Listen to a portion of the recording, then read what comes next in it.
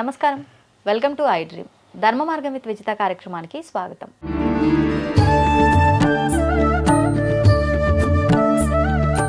నమస్తే మా. శ్రీమాత్రే నమః అమ్మ. నమస్తే అమ్మ. సంక్రాంతి పండగ అంటే ఈ పండగ మనం 3 రోజులుగా జరుపుకుంటూ ఉంటాం. భోగి, సంక్రాంతి, కనుమ 3 రోజులుగా జరుపుకుంటున్నందుకు కూడా దాని వెనకాల ఒక రీజన్ అయితే ఉంది. ప్రతిరోజుకి ఒక విశేషము. అంటే ఈ విశేషంగా ఈ సంక్రాంతికి దానాలు అని, కొన్ని ప్రాంతాల్లో ఈ సంక్రాంతిని కీడు పండగ అని అంటూ ఉంటారు. అంటే అందరికీ తెలుసో తెలీదో ఈ విషయం, కానీ అంటే పండగ ముందర మూఢముండబెట్ట మరి ఎందుకో తెలియదు, కానీ ఇదైతే వింటుంటాం. దాని గురించి వివరణ ఇవ్వండి. భోగి పండుగ. భోగి అంటేనే మనకి భోగభాగ్యాలను ప్రసాదించేది. అవును, మీరు అన్నట్టుగా కీడు పండగ అంటారు కదా. కొన్ని ప్రాంతాల్లో ఈ పండగ చేసుకోరు. తెలంగాణ సైడ్ కొంతమంది చేసుకోరు ఈ పండగ. అవును, చేయరు. కీడు పండగ భావిస్తారు. వాళ్ళు దానికి తగ్గట్టుగా ఏవో దానాలు ఇచ్చుకోవడము, అసలు కొంతమంది అసలు చేసుకోకపోవడము, ఇవన్నీ కొత్త బట్టలు కూడా వేసుకోరు. ఇంట్లో తిరువాత పెట్టరు, పెండం పెట్టరు. అవును, చూస్తుంటాం మనం. ఇవన్నీ అంటే ఎవరెవరి ప్రాంతీయం బట్టి వాళ్ళు. మా సైడ్ అయితే చాలా బాగా జరుపుకుంటాం. చాలా బాగా జరుగుతుంది ఈ పండుగ. ఓకే. ఇప్పుడు ఫస్ట్ వచ్చేది మనకి భోగి. భోగి రోజు ఏం చేయాలి? భోగి రోజు ఉదయాన్నే మనం లేచి భోగి మంటలు అవి వేసుకుంటాం. అసలు ఈ భోగికి ఎందుకు అంత ప్రాధాన్యం ఉంది? మనకి దక్షిణాయనం, ఉత్తరాయణం అని 2 కాలాలు ఉన్నాయి. 6 నెలలు ఒకటి, 6 నెలలు ఒకటి. అవును. భోగి వచ్చేసి దక్షిణాయనంలో చివరి రోజు. ఇంకా సంక్రాంతి రోజు మకర సంక్రమం అయిపోతుంది. అప్పటికి మనకు ఉత్తరాయణం స్టార్ట్ అయిపోతుంది. ఈ భోగి రోజు దక్షిణాయనంలో చివరి రోజు మనం ఆ రోజు ఉదయాన్నే భోగి మంటలు వేస్తాం. భోగి మంటలు వేయడానికి కారణం ఏమి అనంటే, ఈ దక్షిణాయనం అంతా ఉపాసన కాలం. మనకి ఆషాఢం నుండి స్టార్ట్ అవుతుంది దక్షిణాయనం. స్టార్టింగే చాతుర్మాస్య దీక్ష ఇవన్నీ మొదలవుతాయి. తర్వాత శ్రావణ మాసము, దాని తర్వాత దేవి నవరాత్రులు, కార్తీక మాసం, ధనుర్మాసం, మొత్తం అంతా ఉపాసన కాలం, ఆధ్యాత్మిక విధానమే అంతా మొత్తం అంతా. ఇప్పుడు ఏమైతుంది అనంటే, ఈ 6 నెలలు మనం ఏం నేర్చుకున్నాం దక్షిణాయనంలో? అంటే ఈ దక్షిణాయనాన్ని ఎలా చెప్తారు అంటే యమద్రంష్టల కాలం అని కూడా చెప్తారు.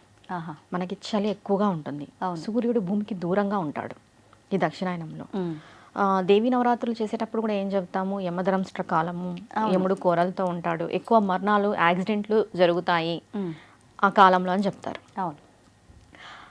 దాంట్లో మనం ఉపాసన చేస్తాం, భగవంతుడి యొక్క ఉపాసన చేస్తాం.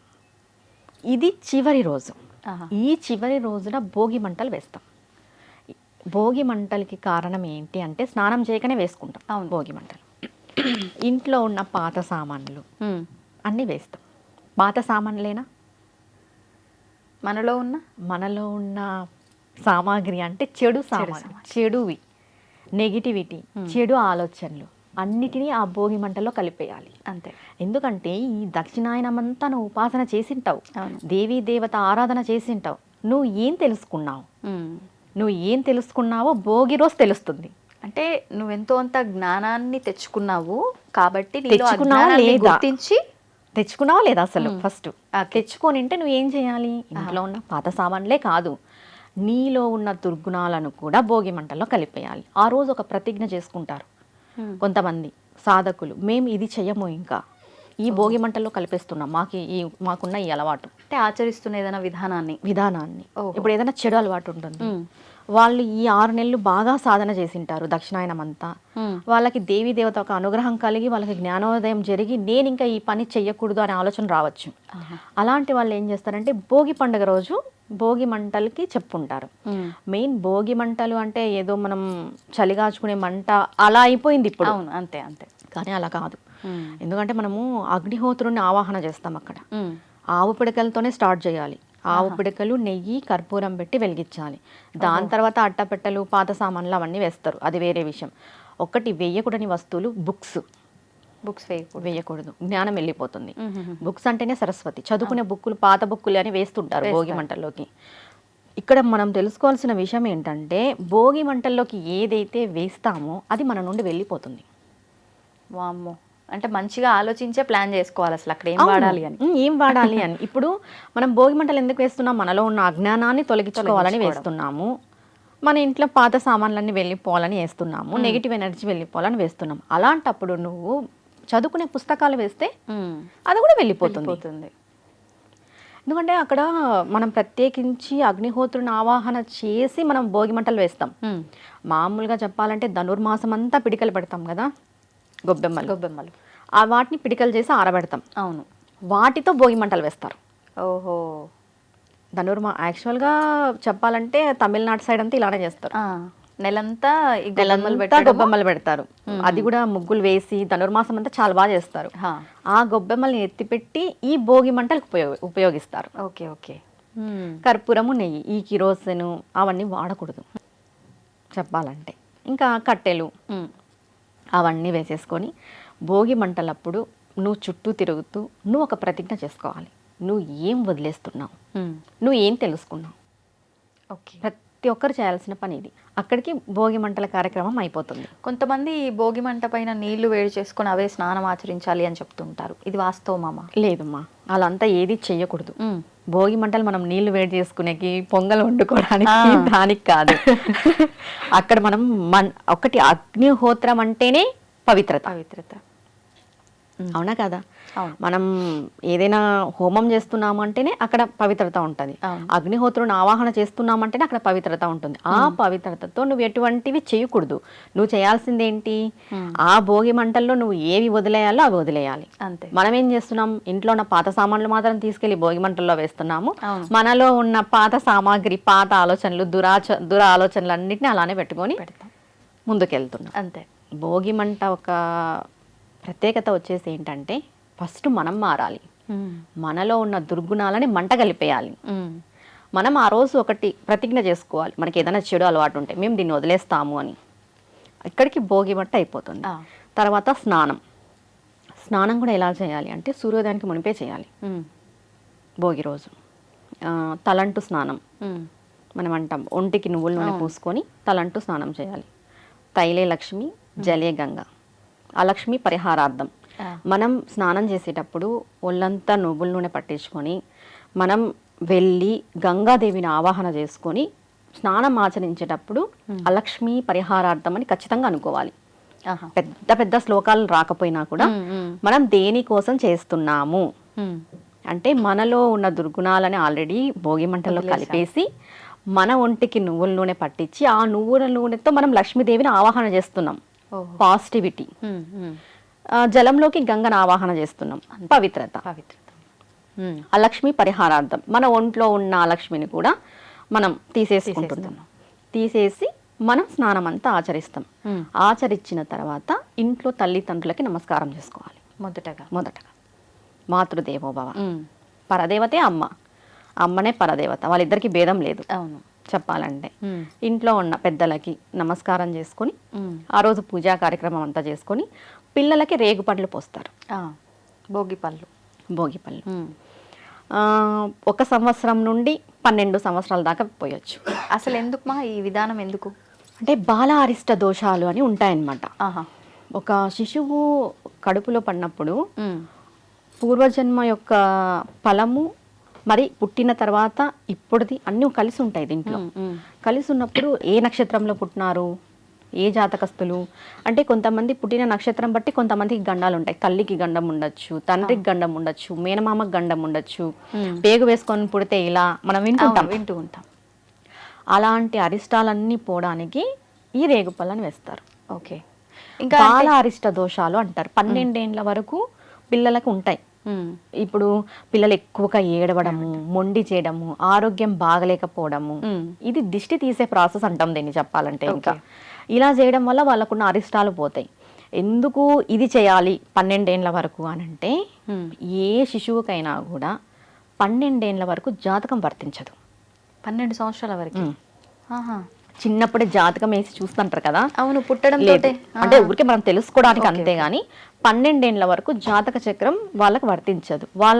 వాళ్ళకి ఏదైనా దోషాలు ఉన్నా అది తల్లి తండ్రి భరించాల్సిందే. 12 సంవత్సరాలు అంటే వీళ్ళ జాతకంలో ఇబ్బందులు ఉంటాయి కానీ ఇది వీళ్ళకి అప్లై అవుతుంది. 12 నుంచి వీళ్ళకు వ్యక్తిగతంగా అప్లై అవుతుంది. వాళ్ళకి అప్లై కాదు. 12 సంవత్సరాల వరకు పిల్లలకు అప్లై అవ్వదు. ఎక్కువ శాతం తల్లిదండ్రులకు అప్లై అవుతుంది. ఆ అరిష్టాలు పోవడానికి మనం రేగుపళ్ళతో పిల్లలకి ఇది చేస్తాం, దిష్టి తీసే ఇప్పుడు కొంతమంది రేగిపళ్ళతో పాటు రాగి నాణాలు, చెరుకు వేస్తారు. ముక్కలు, నిజంగా అది ఉందా చెరుకు ముక్కలు శాస్త్రంలో? వేస్తారు, బంతి పూలు వేస్తారు, నాణాలు వేస్తారు, రేగి పళ్ళు వేస్తారు. ఇలా అన్ని వేసి కూర్చోబెట్టి వాళ్ళ తలపైన నుండి పోసి వాళ్ళకి హారతి ఇచ్చి ఇది చేస్తామన్నమాట.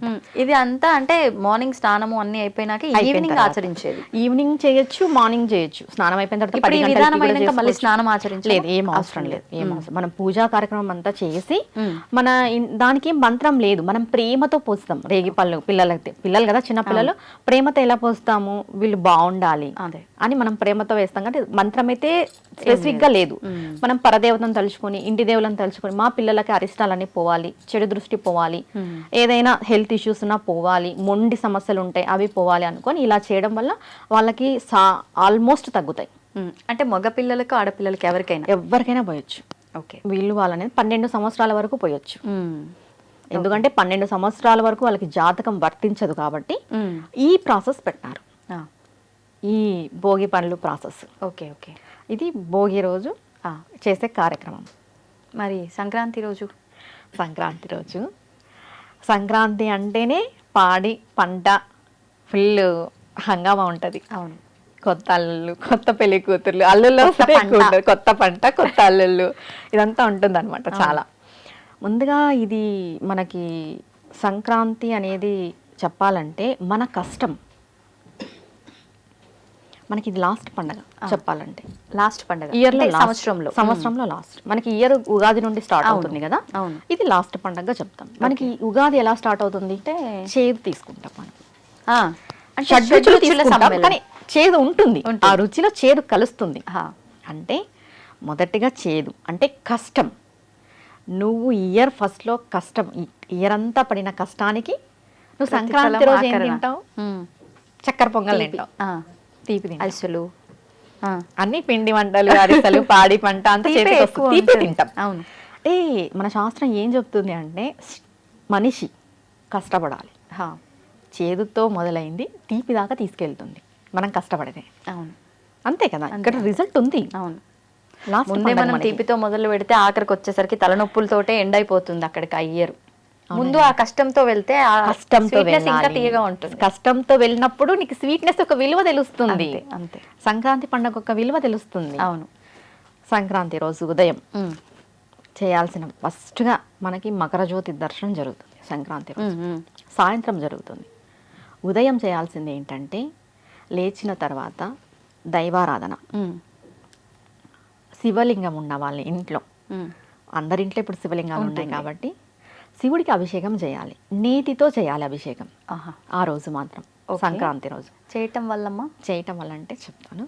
ఫస్ట్ నేతితో ఎలా చేయాలి, గడ్డగట్టిన నెయ్యి ఉంటుంది కదా, అవును, అది తీసుకెళ్ళి శివలింగం పైన పెట్టాలి. మళ్ళీ కొంచెం కాచి నెయ్యి చల్లార్చిన తర్వాత ఆ నెయ్యితో అభిషేకం చేయాలి. నెయ్యితో ఎందుకు అభిషేకం చేయాలంటే పాల నుండి నెయ్యి వచ్చింది, అవును, పాల నుండి పెరుగు వచ్చింది, పాల నుండి వెన్న వస్తుంది. ఒక్క పాల నుండే ఇన్ని వచ్చినప్పుడు నీ నుండి ఎన్ని రావాలి? ఇప్పుడు ఇక్కడ మెయిన్ ప్రోడక్ట్ పాలు. అవును. నెయ్యిలో పాలు కనిపిస్తాయా? కనిపించవు. భగవంతుడు కూడా అంతే. కానీ తయారైంది అయితే పాల నుండే నెయ్యి తయారైంది. అవును. అంటే భగవంతుడు అన్నిట్లోనూ ఉన్నాడు, మనం చూడట్లేదు అనే విషయాన్ని అక్కడ తెలుస్తుంది మనకి. ఎందుకు ఆ రోజు నెయ్యితోనే చేయాలి అన్నది.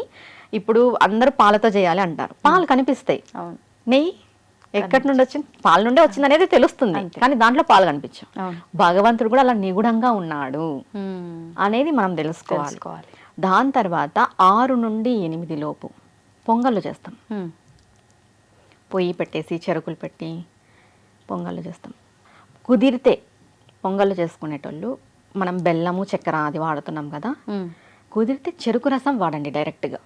ఇంతకుముందు సంక్రాంతి పొంగల్ చేసేటప్పుడు చెరుకు రసమే వాడేవాళ్ళంట, తీపి కోసం పూర్వం చెరుకు రసం తీసుకొచ్చి. ఎందుకంటే అతి మధురం. కానీ అంటే ఇరిగిపోవడము అట్లా ఏం ఉండదండి. ఇరిగిపోయినా కూడా చాలా టేస్టీగా ఉంటుంది అంటారు. చెరుకు రసం చెరుకు రసం శ్రేష్టం, చెరుకు రసమే వాడాలి అంటారు. ఎందుకు అంటే అమ్మ చేతిలో కూడా చెరుకు విల్లు ఉంటుంది, పరదేవత చేతిలో చెరుకు విల్లు ఉంటుంది. చెరుకు అనేది ఏంటంటే మన మనస్సు, అంటే మన మనస్సు చెరుకులాగా ఉండాలి. అది విరిచినా స్వీటే, దాన్ని క్రష్ చేసినా స్వీటే, అది ఎలా తిన్నా స్వీటే. అంతే. మన మనసు కూడా అలానే ఉండాలి, అంత స్వచ్ఛంగా. అందుకు చెరుకు ఓకే. చెప్తాం. కుదిరితే చెరుకు రసమే వేయండి, వాడుకుంటే సరిపోతుంది. కుదరలేదు తప్పదు ఇంకా బెల్లం చక్కెర. కానీ 6 నుండి 8 లోపల ఈ పొంగళ్ళు పొంగిచ్చాలి ఇంట్లో. సూర్యుడికి ఎదురుగా కొంతమంది చేస్తారు. ఇప్పుడు అన్ని అపార్ట్మెంట్ కల్చర్ కాబట్టి ఏం చేయలేం మనము. ఇంట్లో సూర్య భగవానుడి యొక్క కిరణాలు పడుతున్నాయి అని మనం భావన చేసి పొంగ పెట్టాలి. పొంగు కంపల్సరీ జరగాలి. పొంగకు నీకున్నట్టు కొంతమంది వేసేస్తారు వెంటనే. అవునవును, అలా చేయకూడదు, పొంగాలి. ఎందుకంటే మన జీవితం కూడా పొంగాలి, పండాలి అని చెప్పేసి దానికి అర్థం. పొంగిచ్చిన తర్వాత అంతా చేసేస్తాం, ప్రిపేర్ అయిపోతుంది పొంగలంతా. సూర్య భగవానుడికి నివేదన చేయాలి. ఒకటమ్మ, కనిపించే దైవం సూర్య భగవానుడు. అవును. పరబ్రహ్మతత్వం సూర్య భగవానుడు. సూర్య భగవానుడు ఇవ్వలేనిదంటూ ఏదీ లేదు. అంటే మనకి తెలీదు కానీ, అంటే అందరూ దేవతలు విగ్రహ రూపంలో ఉన్నారు, ఆయన మాత్రమే మనకు కనిపిస్తాడు. చెప్పాలంటే ఆయన మనం ఏది చేసినా స్వీకరిస్తాడు. మీరు అర్ఘ్యం ఇవ్వండి, తను చూస్తాడు, స్వీకరిస్తాడు. ఇప్పుడు నైవేద్యం పెట్టండి, తను తింటాడు. చెప్పాలంటే ఎందుకంటే అందరూ దేవతలు చూస్తారు, కానీ సూర్య భగవానుడు స్వయంగా స్వీకరిస్తాడు ఆయన కిరణాలతోటి. అవును. అందుకు ఆయన కనిపించే దైవం. మీకు డబ్బు కావాలన్నా ఆయన ప్రసాదిస్తాడు, ఆయనను ఆరాధన చేసి చూడాల. అంతే. ప్రతి ఒక్కరూ మనం సంవత్సరం అంతా చెయ్యము కాబట్టి ఈ రోజు ఖచ్చితంగా ఆయన ఆరాధన చేయాలి. అంటే సూర్య భగవానుడు ఒక ఆరోగ్యమే కాదు, ధనానికి కూడా. ధనానికి కూడా సూర్య భగవానుడిది ఒక నామం ఉంది, శ్రీ గృణేశ్వరాయ అని. గృణినే నమః అని కూడా అంటారు. Okay okay. ఒక నామం ఉంది. ఆ నామం పట్టుకొని చాలా మంది జపం చేసి డబ్బు పొందిన వాళ్ళు ఎంతో మంది ఉన్నారు, సంపదలు పొందిన వాళ్ళు. ఆయన ఇవ్వలేదంటే ఏం లేదు. ఎందుకంటే ఒక పాడి పంట పండాలన్నా ఆయన వల్లే పండుతుంది, ఆయన వల్లే డబ్బు వస్తుంది కదా. ప్రతి ఒక్క జీవరాశి బతకాలన్నా ఆయన వల్లే బతుకుతుంది. ఆయన ఇవ్వలేదంటే ఏముంది? తెల్లారితేనే మనం వెళ్తున్నాం పండ్లకి, మనం వెళ్తేనే మనకి జీతాలు వస్తున్నాయి. తెల్లారితేనే రైతులు పోతున్నారు, వాళ్ళు పండిస్తేనే మనం తిండి తింటున్నాం. ప్రతి ఒక్కటి ఆయన ఇచ్చిండేది. ఇప్పుడు వాటర్ కానీ, వర్షాలు పడ్డం ఆయన వల్లనే, పంటలు పడ్డం ఆయన వల్లనే, బతుకుతున్నది ఆయన వల్లనే, మనం జీవనం నడుస్తున్నది ఆయన వల్లనే. ఏమి ఇవ్వడు ఆయన, అన్ని ఇస్తాడు ఆయన. ఇది ఇవ్వడు అనేది ఏం లేదు సూర్య భగవానుడు. ఇలా సూర్య ఆరాధన చేసేసేయాలి 8 గంట నైవేద్యం పెట్టి. Evening, morning. సూర్యుడు మార్నింగ్ ఉంటాడు, ఈవినింగ్ కాదు. Okay okay okay. దాని తర్వాత మనం సంక్రాంతి రోజు చేయవలసిన దానం ఉదకము అంటారు. కుండ ఇస్తారు, ఉత్త కుండ కాదు, మంచినీళ్ళ కుండ ఇస్తారు. దాంట్లో ఇలాచి వేసి ఇస్తారు. దాని తర్వాత పెరుగు దానం ఇస్తారు, బట్టలు దానం ఇస్తారు. ఇంకా దాని కొద్ది ఏవైనా లోహము మన స్థాయి దాన్ని బట్టి. కానీ కుండ పెరుగు ఖచ్చితంగా ఇస్తారు. ఓకే. పెరుగు ఎందుకు ఇస్తారంటే సంతానం కలుగుతుంది పెరుగు దానం ఇవ్వడం వల్ల అని చెప్పేసి పెరుగు దానంగా ఇస్తారు. ఈ కుండ, నీటి కుండ ఎందుకు ఇస్తారు అని అంటే, మనకి ఎన్ని జన్మలు ఎత్తినా కూడా నీటి బాధ ఉండకూడదు. అంటే కొంతమంది శాపనార్థాలు పెడుతుంటారు కదా, నీళ్ళు లేకపోతావు అనేసి, నీళ్ళు కూడా ఇవ్వరు, నీళ్ళు దొరకవు. అట్లాంటి శాపనార్థాలకు ఎప్పుడైనా మనం తెలుసో తెలియకో గురైంటాం కాబట్టి వాటి నుండి మనం విముక్తులు అవుతాం ఈ నిండుకుండా దానం ఇవ్వడం వల్ల. అయ్యగార్లకి వస్త్రాలు, వీటన్నింటిని మనం దానం ఇస్తాం. ఇదంతా అయిపోయిన తర్వాత సాయంత్రం అవుతుంది. సాయంత్రం చాలా చాలా ఇంపార్టెంట్. మకర సంక్రాంతి, మకర జ్యోతి దర్శనం. అసలు ఏంటి మకర జ్యోతి? ఇది ఎక్కడ కనిపిస్తుంది? మనకు అందరికీ తెలిసిన విషయం, శబరిమలలో కనిపిస్తుంది. శబరిమలలో కనిపించే మకర జ్యోతిని మనం టీవీలలో దర్శనం చేస్తాం. ప్రతి ఒక్కరూ కూడా 40 రోజులు దీక్ష ఉండి శబరిమలకి వెళ్ళి మకర జ్యోతి దర్శనం కలిగిన వాళ్ళకి చాలా చాలా పుణ్యం లభిస్తుంది. చాలా మనం మాటల్లో చెప్పలేం. ఎలా అంటే ఒకటి, మనం చాలా జన్మలు ఎత్తింటాం కదా, ఎన్ని జన్మలు ఎత్తింటాం మనకు తెలియదు. కానీ ఒక్కసారి మనం మకర జ్యోతి దర్శనం చేయడం వల్ల ఒక్క జన్మ సంచిత కర్మ అంతా వెళ్ళిపోతుంది. అవునా? అంత విశేషం ఉంది మకర జ్యోతికి. అది ఎక్కడ వస్తుంది? తూర్పుకి ఆగ్నేయంకి మధ్యలో అట్లా 4-5 సెకండ్స్లో అట్లా ఆకాశంలో పుడుతుంది.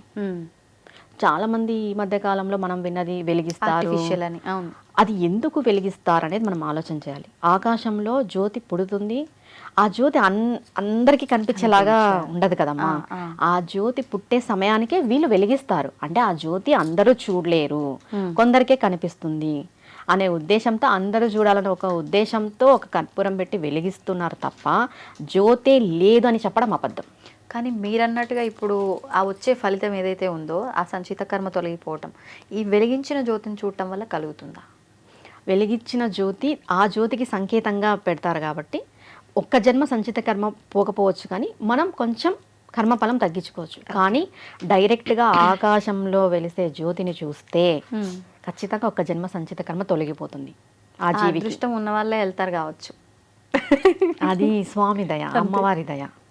ఇంకొకటి ఏంటంటే అయ్యప్ప స్వామి దీక్షలు చేస్తుంటారు కదా, అందరూ చూడలేరు ఆ జ్యోతిని కూడా, మకర జ్యోతిని కొంతమంది చూడగలరు. అది స్వామి యొక్క అనుగ్రహం ఉండాలి. అంటే మేము దీక్ష చేసాము ఆ 40 రోజులు మాత్రమే కరెక్ట్గా ఉండేసి దాని తర్వాత నార్మల్ లైఫ్ లీడ్ చేస్తారు చూడ, వాళ్ళకి అది సాధ్యపడదు. ఉండదు. ఆ 40 రోజులు ఎలా ఉంటారో మరీ జీవితంలో అలానే ఉండేటోళ్ళు వాళ్ళకి ఖచ్చితంగా సాధ్యమవుతుంది. చాలా తక్కువ మంది, అందుకే పాయ అందరికి. అదే చెప్తా, అందరూ చూడలేరు మకర జ్యోతి పుట్టడం అనేది. తూర్పుకి ఆగ్నేయంకి మధ్యలో పుడుతుంది. 6 ఆ టైం, 6 నుండి ఖచ్చితంగా సూర్యుడు ఇంకా అస్తమిస్తాడు అనే టైంలో అలా జ్యోతి ఇట్లా పుడుతుంది అనమాట. ఆకాశంలో పుట్టడం వాస్తవం, అది అందరూ చూడకపోవడమే మన దౌర్భాగ్యం. అవును, అంతే కదా. అంతే అంతే. ఇప్పుడు అందరికీ కనిపిస్తుందా అది అని అంటే అది వాళ్ళ చేసుకున్న ఇది దాన్ని బట్టి ఉంటారు. అందరూ చూడాలని అనుకుంటాం, నేనైనా చూడాలనుకుంటా, నువ్వైనా చూడాలనుకుంటాం, మనం కనిపించాలనుకుంటాం. కానీ మనం చేసుకున్న దాన్ని బట్టి, మన సాధన బట్టి, మన భక్తి బట్టి ఏదైనా మనకు కలుగుతుంది. అది ఉండాలి. మనం ఏదైనా పొందాలి అంటే ఒక జన్మ సంచితం పోగొట్టుకోవాలంటే అదంత ఆషామాషి విషయం కాదు అసలు. ఒక జీవితమే ఒక జన్మ తీసుకొని ఆ జీవితం అంతా కష్టపడితేనే తీర్చుకోవడం సంగతి పక్కన పెడితే ఇంకా కొత్త క్రియేట్ చేసుకుంటాం. అట్లాంటి తీరిపోతుందంటే అసలు ఎవరికొద్దు.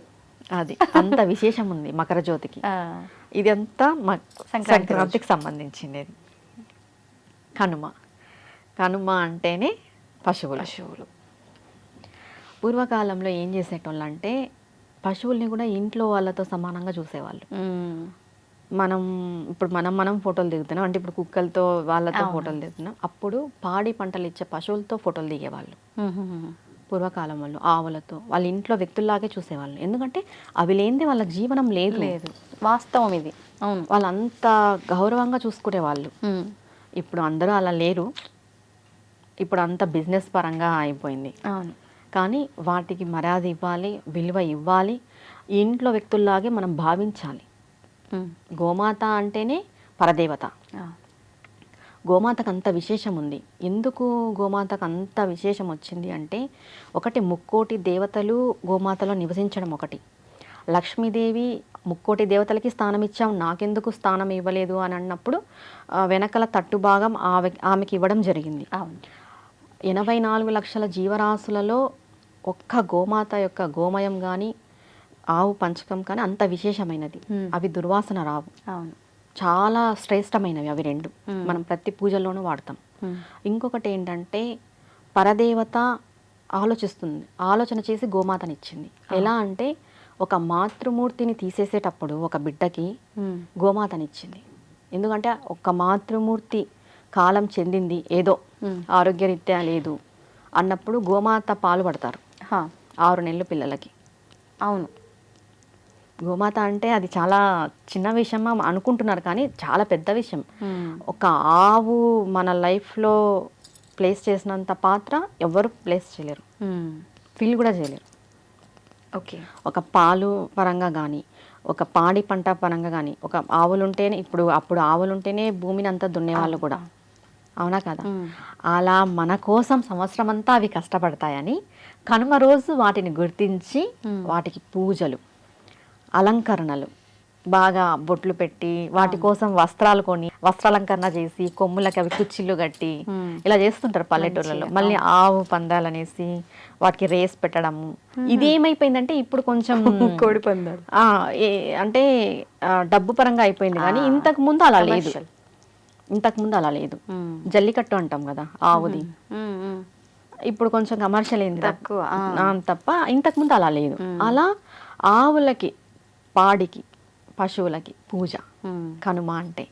అంటే మన కోసం అవి కష్టపడ్డాయి కాబట్టి సంవత్సరం అంతా వాటిని గుర్తించి మనం పూజ చేసుకుంటున్నాం. అంటే మన సనాతన ధర్మం ఏంటంటే ఏదైతే మనకి సహకరిస్తుందో నేచర్లో ప్రతిదీ మనం వాటిని గుర్తించి వాటి కోసం అంటూ ఒక రోజు పెట్టుకొని కృతజ్ఞత భావంతో మనం పూజించుకుంటున్నాం. కానీ ఆవుని ప్రతిరోజు పూజించాలి చెప్పాలంటే.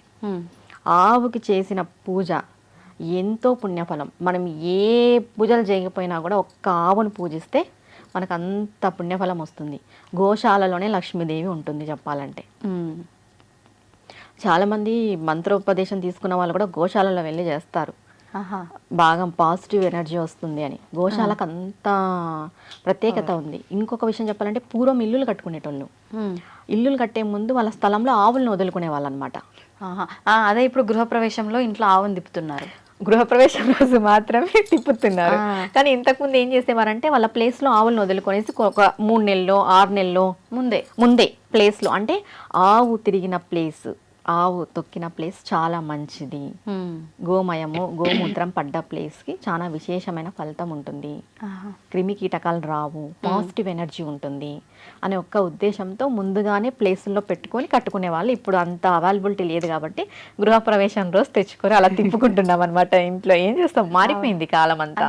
ఇంకా కాలం ఎటు వెళ్తే పద్ధతులను పక్కన పడేయకుండా సరే ఏదో రకంగా. మనం ఒకటి కూడా చూసాం అనుకుంటాను రీల్, కొంతమంది మొన్న ఏదో బొమ్మ ఆవుని పెట్టారు. ఇది ఇంకా విచిత్రంగా ఉంది. బొమ్మ ఆవుని గృహప్రవేశం లాగా తీసుకొచ్చారనమాట. అంటే టెక్నాలజీ. కానీ జనాలైనా ఆవుల్ని ఎక్కించుకొని తీసుకెళ్లి వాటిని ఎంత హింసిస్తున్నారు. ఇంకా ఆవు ఉండాలి రావాలనే ఉద్దేశంతో. ఒకటి ఏంటంటే మనం సంక్రాంతి రోజు చేసిన పొంగల్ ఉంటుంది కదా, అది మరుసటి రోజు ఆవుకు పెట్టాలి, ఎండకు పెట్టి. ఇప్పుడు పొద్దున్న సూర్యుడికి పెట్టింటాము, మనము తీసుకుంటాము, మిగిలింది ఎండకు పెట్టేసేయాలి సూర్యభగవానుడికి. అట్లే అది నెక్స్ట్ అది చెడిపోయిన స్మెల్ వచ్చినా ఏం కాదు, ఎందుకంటే సూర్య భగవాన్ యొక్క కిరణాలు అబ్జర్వ్ చేసి ఉంటుంది ఆ నైవేద్యం. అది తీసుకెళ్ళి ఆవులకి పెట్టడం వల్ల అవి ఆరోగ్యంగా ఉంటాయి. ఎందుకు డైరెక్ట్గా చెరుకు పాలు వేసి వండండి అని చెప్పడం అంటే, ఎక్కువ చేస్తారు ఎట్లను పండగ అని మిగులుతుంది. ఆ మిగిలిండేది ఆ రోజంతా సూర్యభగవానుడికి ఆ రేస్ పడేలాగా పెట్టుకొని, ఇప్పుడు అపార్ట్మెంట్స్ కల్చర్ లేదు, మిగిలింది తీసుకెళ్ళి ఆవులకు పెట్టడం చాలా మంచిది. సంవత్సరం అంతా అవి చాలా హెల్దీగా ఉంటాయి. అంటే ఈ రోజున ఈ విధంగా దానికి తీసుకెళ్ళి పెట్టడం వల్ల ఆవులకి ఆరోగ్యం బాగుంటుంది. ఎందుకంటే కిరణాలు పడి ఉంటాయి కదా దాంట్లో, ఆ నైవేద్యం అబ్జర్వ్ చేసి ఉంటుంది సూర్యకిరణాలని. అది మరుసటి రోజు ఆవు తినడం వల్ల చాలా మంచిది. ఇప్పుడు ఇంకొకటి, ఈ సంక్రాంతికి కొన్ని ప్రాంతాల్లో బొమ్మల కొలువు పెడుతూ ఉంటారు, అండ్ కనుమ రోజు ప్రయాణాలు చేయొద్దు అంటారు. అవి వాస్తవం? అడగలేదు అనుకుంటున్నా నేను ఇది క్వశ్చన్, అందుకే అడిగేసా. అడగలేదు ఏంటి అమ్మాయి ఇంకా ఈ క్వశ్చన్ అనుకుంటున్నా మనసులో. ఎన్నిసార్లు రియల్గా ఎక్స్పీరియన్స్ అయినాము, మమ్మీ వాళ్ళ ఇంటి నుంచి మళ్ళీ ఇటు రావడానికి ఆ రోజు వెళ్ళొద్దు అని చెప్పి. దీంట్లో 2 విషయాలు ఉన్నాయి. కనుమ రోజు వెళ్ళొద్దు అంటే, ఇప్పుడు పండుగ అయిపోయి ఉంటుంది, ఆడపిల్లలు ఇంటికి వెళ్ళింటారు, పండుగ అయిపోయిన వెంటనే మరుసటి రోజు వెళ్ళాలి అంటే ఇంట్లో వాళ్ళకి కూడా బాధాకరమైన విషయం. అంటే ముందు రోజు ఫుల్ హడావిడిగా సందడిగా అలా తిరిగేసి అలా ఉండేసి నెక్స్ట్ డే మార్నింగ్ మేము వెళ్ళిపోతామంటే వాళ్ళకి ఎలా ఉంటుంది, బాధగా. ఇదొకటి రీజన్, ఇది మనసుకు సంబంధించిన రీజన్. ఇంకొకటి వచ్చేసి కనుమ రోజు ప్రయాణాలు చేయకూడదు అని అంటే, ఏ పండగలైనా చూసుకుంటే మనకి కొంచెం అమావాస్య ముందరే వస్తాయి. 15 అయిపోతే 19, 18 అమావాస్య ఉంది మనకి ఇప్పుడు కూడా. ఈ అమావాస్య ముందర వచ్చే కనుమ ముక్కనుమ అంటాం అనమాట. ఈ ముక్కనుమ రోజు ప్రయాణాలు చేయడం వల్ల ఈ యాక్సిడెంట్స్ అవుతాయని ఈ భావన ఎక్కువ ఉంది. దీనివల్ల ప్రమాదాలు జరుగుతాయి, అందుకే ప్రయాణం చేయకూడదు అంటారు. ఇంకొకటి ఏంటంటే, పండగ అంతా మనం బాగా జరుపుకొని సంతోషంగా ఉల్లాసంగా జరుపుకొని ఉంటాం.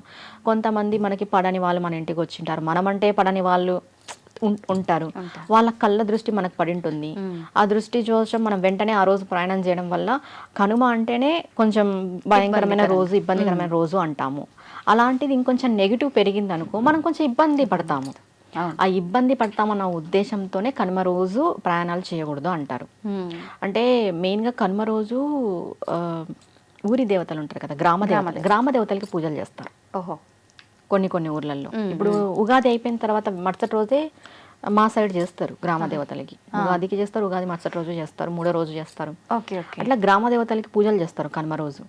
ఆ గ్రామ దేవతలకి పూజలు చేసిన రోజు బయలుదేరకూడదు, అంటే గ్రామం దాటి వెళ్ళకూడదు. అప్పుడు సాంప్రదాయం అన్నమాట.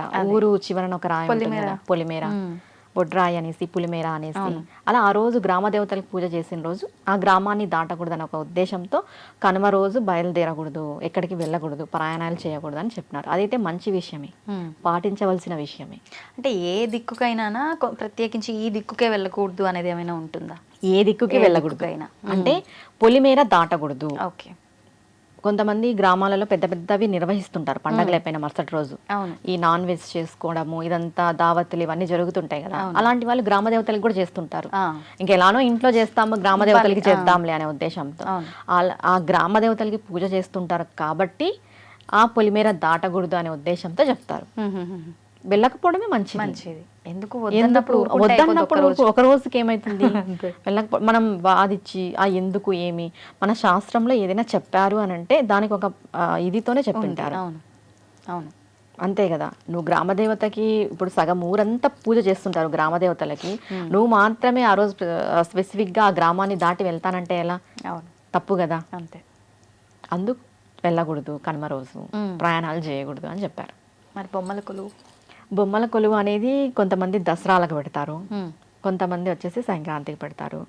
మెయిన్గా ఈ బొమ్మల కొలువు ఎందుకు పెట్టుకుంటారు అంటే అందరిని పిలుస్తారు పేరెంటం లాగా పిలిచి తాంబూలాలు అవన్నీ పంచుకుంటారు. ఇది బొమ్మల కొలువు కానీ, మనం చేసే నవరాత్రులు కానీ, ఈ తాంబూలాలు పంచుకోవడం కానీ మనం ఒకరికొకరికి బాంధవ్యం పెంచుకోవడం. ఇప్పుడు అందరూ డైలీ రారు, ఇప్పుడు పిలిస్తేనే రారు, మామూలుగా పిలిస్తే రావడమే కష్టమైపోయింది. ఎందుకంటే చాలా బిజీ షెడ్యూల్స్లో ఉన్నారు. కానీ ఇలా బొమ్మల కొలువు పెట్టి ఏదైనా పూజ పెట్టి ఇలా పిలిస్తే వాళ్ళ ఇంట్లో బొమ్మల కొలువు ఉందని పిల్లలు రావడము, పెద్దలు వెళ్ళడం చూడ్డానికి పేరెంటం అన్నమాట. అది అంటే ఒక మనిషికి కమ్యూనికేషన్ పెంచుకోవడం, అవును, సఖ్యత పెంచుకోవడం. ఎట్లాగే బిజీ డేస్ వల్ల ఈ వర్కింగ్లో బిజీ అయిపోయి రాకపోకలు బంద్, ఆ రాకపోకలు క్రియేట్ చేయడం కోసమే ఇవి. అంతే. ఇంకొకటి ఏంటంటే మనం ఏదైనా ఒక ఊరికి వెళ్తే అమ్మ వాళ్ళ ఊరికి వెళ్తాం, అమ్మ వాళ్ళ ఇంట్లోనే ఉంటాం అనమాట. పక్కన ఎవరైనా పిన్ని వాళ్ళు, వదిన వాళ్ళు ఇట్లా బొమ్మల కొలువు పెట్టారనుకో, ఎటుందో కొంచెం వెళ్ళి చూసి పలకరించన్నా వస్తాం. అవునా కాదు? ఇది కూడా ఒక ప్లస్సే. అంతే కదా. అంటే నేను చూసాను, అంటే అంతవరకు ఎందుకు, నేను వెళ్ళినా నేను అక్కడే ఉంటాను అనమాట. సేమ్ పెంచ్ అది. మా అమ్మ వాళ్ళ ఇంటికి వెళ్తే అక్కడే ఉంటాను. ఇంకా మామూలుగా రిలేటివ్స్ పిలిస్తే వెళ్తాం. అట్లా కమ్యూనికేషన్ పెంచుకోవడానికి. అవును. అంటే మనం ఇంత దూరం పోయి అక్కడ ఉండేకే ఇష్టపడతాం, మళ్ళీ ఎక్కడ వెళ్ళడమే తక్కువ అన్నట్టుగా అనిపిస్తుంది. అట్లా ఈ కమ్యూనికేషన్ పెంచుకోవడానికి ఈ బొమ్మల కొలువులు, పూజలు, పేరెంటాలు, తాంబూలాలు, ఇవన్నీ. అదిరిపోయిందమ్మా వివరణ. మొత్తానికి ఏ పండుగలైనా కూడా అందరినీ ఒక దగ్గర చేర్చటము, ఎన్ని దానాలు ఉన్నా ఏమున్నా ఏం చేసినా ఒక దగ్గర అందరినీ కలపడం కోసం, చక్కగా అందరూ కలిసి సంతోషంగా ఉండడం కోసం ఏర్పాటు చేసిన పండుగలు అనుకోవచ్చు. ఒక విషయం చెప్పాలంటే ముందే గ్రహించారేమో మన పెద్దలు, మన పూర్వీకులు ఇలాంటి రోజులు వస్తాయి అని. అవును.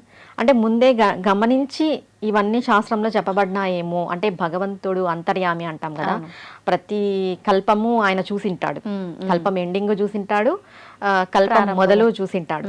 అందుకు ఈ రానున్న కాలం ఇలా ఉండబోతుంది, ఈ పండుగల వల్లన్నా కలుసుకుంటారు, ఈ పండుగల వల్లన్నా మాట్లాడుకుంటారు, ఒకరినొకరిని పలకరించుకుంటారు అనే ఉద్దేశంతో ఇవన్నీ పెట్టారని అనిపిస్తుంది నాకైతే. నిజం ఆలోచిస్తే ఇది వాస్తవమే. అవునా కదా? నిజంగా ఏదైనా ఫంక్షన్స్ ఉన్నా అంటే ఇంట్లో ఎవరు, మా ఆయన వస్తారు, లేకపోతే మా ఆవిడ వస్తుంది, ఇంకా ఇద్దరికి కుదర మా పిల్లలు, లేదంటే అసలు ఎవరు బోరు, అందరూ ఒక దగ్గర కలుస్తారంటే అది పండగలకే. ఇంకొకటి ఇప్పుడు ఫంక్షన్స్ కూడా టైమింగ్ అనమాట. ఏదో ఇంకా ఏదైనా పెళ్ళైనా బాగా ఇంట్లో వాళ్ళదైతే బాగా పార్టిసిపేట్ చేస్తాం, కొంచెం ఫ్రెండ్స్ అకేషన్ అంటే ఏదో టైంకి అలా వెళ్ళడం రావడం. అవును, బిజీ షెడ్యూల్ ఎవరిది వాళ్ళకి ఎక్కువ అయిపోయింది ఇక్కడ. వాళ్ళ ఆలోచనలు, వాళ్ళ పనులు, వాళ్ళ ఇల్లు, ఇదే.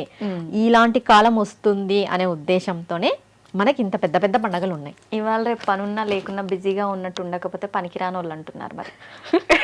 ఇది కూడా వాస్తవమే, పని లేకపోయినా కూడా పని ఉన్నట్టు నటిస్తున్నారు కొంతమంది. అంటే అందరినీ ఉద్దేశించి కాదు, కొత్త లేదు మీరు చెప్పింది వాస్తవమ్మా. ఇప్పుడు ఈజీగా ఏదైనా దొరుకుతుంది అని అంటే చులకన అనమాట. నిజంగా. అందుకే కష్టపడి తీసుకోవాలి అంటారు. మనం బాగా టైం అవైలబిలిటీ ఇచ్చామనుకో, ఏముందిలే, ఎక్కడ పోతుందిలే అది. అంటే మన విలువ కూడా తెలియాలి కదా. అంటే విలువ తెలియాలి, మన ప్రెజెన్స్ కూడా అక్కడ ఉండాలి. మన విలువ తెలియాలని చెప్పేసి మన ప్రెజెన్స్ లేకున్నట్టు పోకూడదు. అప్పుడు మనము మిస్ అవుతాం, అన్ని కట్ అయిపోతాయి బంధాలన్నీ. అవునా కదా? అవునవును. మన విలువ తెలియాలి, మన ప్రెజెన్స్ ఉండాలి. అలా మనం క్రియేట్ చేసుకోవాలి వాతావరణాన్ని. ఇప్పుడున్న దాంట్లో అయితే అంతే. అందరూ సంక్రాంతి బాగా చేసుకోండి. సంక్రాంతి శుభాకాంక్షలు అమ్మా మీకు కూడా అమ్మా. అడ్వాన్స్ గా సంక్రాంతి శుభాకాంక్షలు. భోగ భాగ్యాలతో, సుఖ సంతోషాలతో, ఆరోగ్యాలతో వర్ధిల్లుగాక. ధన్యవాదాలమ్మా. నా తరపున, మా ప్రేక్షకుల తరపున కూడా నమస్తే అమ్మా. నమస్తే.